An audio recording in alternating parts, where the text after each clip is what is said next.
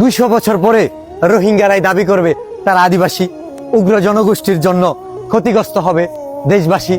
আশ্রয় দিয়েছে যারা তাদের বিরুদ্ধেই করবে লড়াই। স্বদেশে ফেরত না পাঠালে আদিবাসী বলে করবে বড়াই। স্বাধীন দেশে হবে না কোনো উগ্রবাদীদের ঠাঁই। সময়ের দাবি তাই দিতে হবে বিদায়। লাখ লাখ টাকা ঋণের বোঝা মাথায় নিয়ে বেসে যায় দূরপ্রবাসে। রঙিন শহরেও রং মাখা হয় না, টাকা পাঠাতে হবে যে দেশে। দেশের প্রতি টান হৃদয় গহীন থেকে আসে। প্রবাসীরাই সত্যিকারের যোদ্ধা, দেশটারে অনেক ভালোবাসে। প্রবাসীর পরিবার পরিজন সন্তান সম্পত্তি দেশের মাটিতে থাকুক নিরাপদ।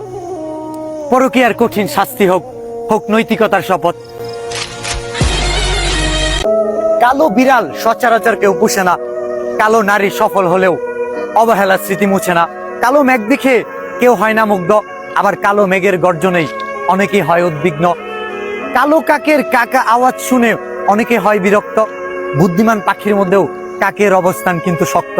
কালো ছেলেটা জগতে আলো ছড়ালো, চাষার ছেলে কবিতায় ছিল লেখা। মায়ের কাছে সাদা কালোর তফাৎ হয় না, এটাই হয়েছে দেখা।